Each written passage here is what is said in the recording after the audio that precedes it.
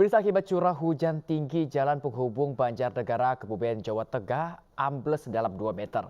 Pemkab Banjarnegara memperbaiki jalan ambles menggunakan dana darurat.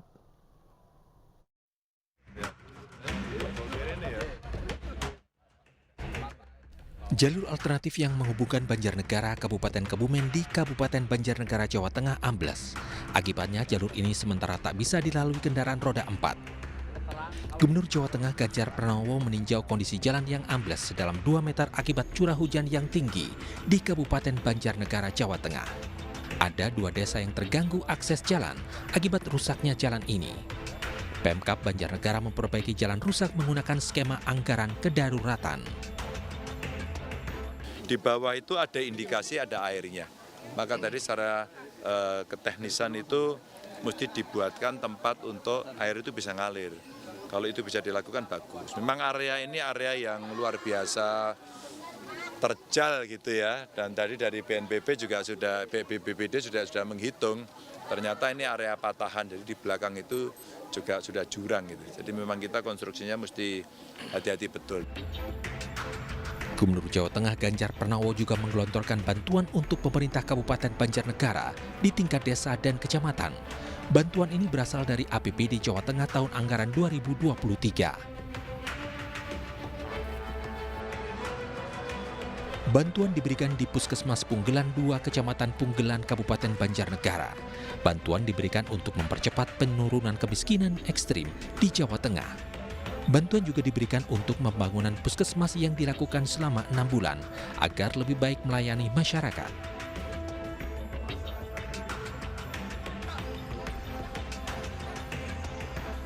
Di Banjarnegara, Jawa Tengah, Ganjar Pranowo juga menggelar program edukasi gubernur mengajar di SMA Negeri 1 Karangkobar, Kabupaten Banjarnegara, Jawa Tengah. Dalam program edukasi ini, Gubernur Jawa Tengah mengajak siswa, guru, dan staf sekolah untuk lebih aktif mengamalkan Pancasila dan memerangi berita bohong yang beredar di media sosial. SMA Negeri 1 Karangkobar dikenal sebagai sekolah percontohan karena memiliki banyak prestasi, bahkan beberapa siswanya dikirim ke mancanegara.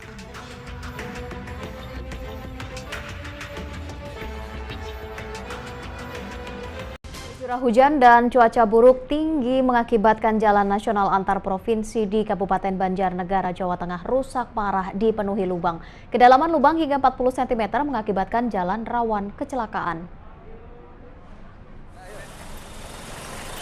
Ya, beginilah pemirsa kondisi jalan nasional di jalur tengah Banjarnegara, Jawa Tengah, yaitu jalur penghubung antar provinsi di Pulau Jawa.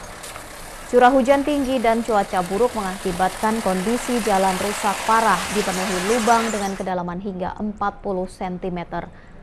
Kerusakan jalan ini terjadi sepanjang 20 km dari arah Kecamatan Sigaluh hingga Susukan. Kerusakan ini membahayakan pengendara sehingga kendaraan yang melintas harus bergantian dengan sistem buka tutup. Kondisi ini dikeluhkan oleh para pengemudi angkutan umum karena merusak kendaraan dan membuat ban seringkali bocor. Hingga kini belum ada tanda-tanda perbaikan jalan oleh Bina Marga Provinsi Jawa Tengah. Hal ini berakibat angka kecelakaan di Kabupaten Banjarnegara terus meningkat. Berdasarkan catatan Satuan Lalu Lintas Polres Banjarnegara, selama tahun 2016 sudah ada 6 orang meninggal dunia akibat kecelakaan di jalan raya.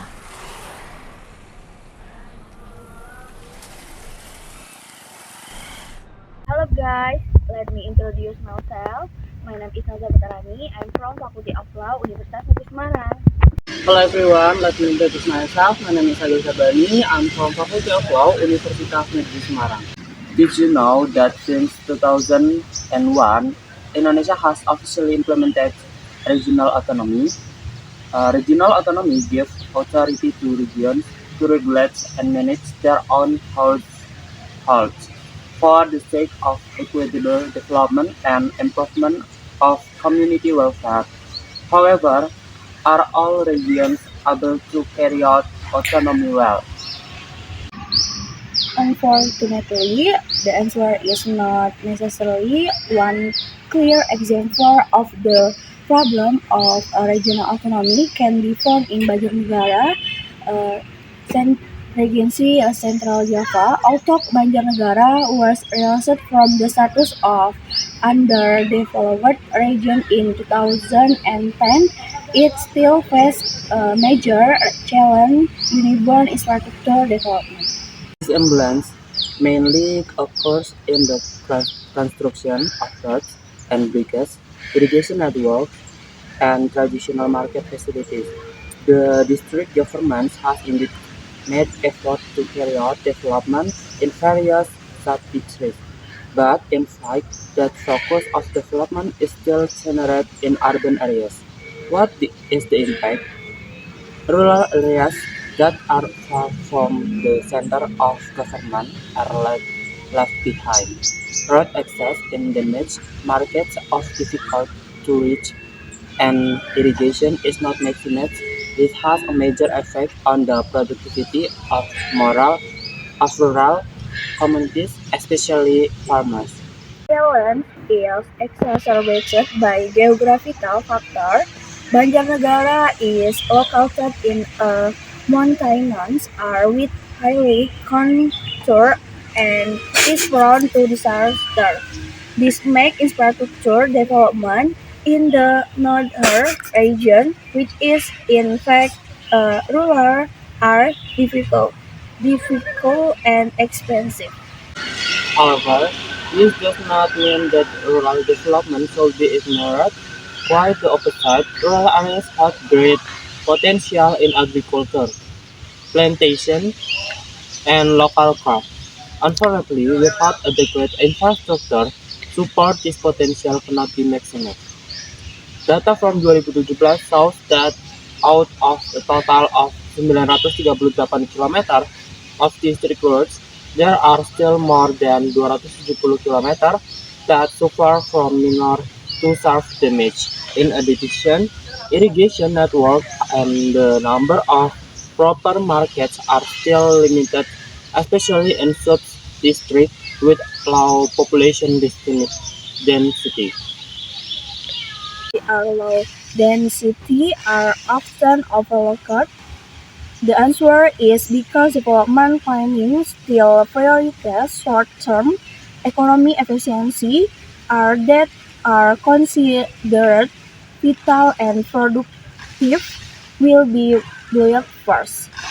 Another impact of this development inequality also touches the social sector. In many villages, access to education and health is still limited. Many children drop out of school and health facilities are minimal. This is centrally contrary to the ideals of regional autonomy, which should encourage equitable welfare. Then, what is the solution? First, infrastructure development must favor regional justice, not just efficiency. The government must have the courage to allow such a more proportional budget for rural areas. Second, there are needs to be local potential based planning. Agriculture areas should be the priorities for irrigation, development and farm produce distribution markets.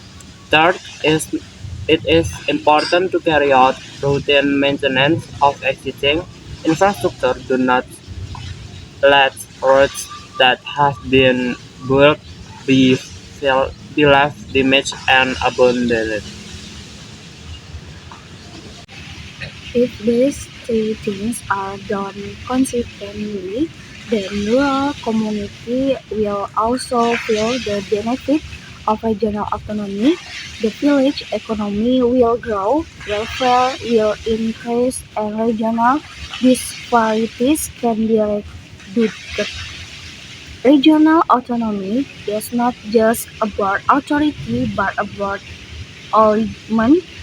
If development is uneven, then autonomy will only be an empty slogan. Let us for more equitable development from village to cities for a more prosperous Indonesia. Thank you Thank you guys for guys for watching watching and and see see you. you.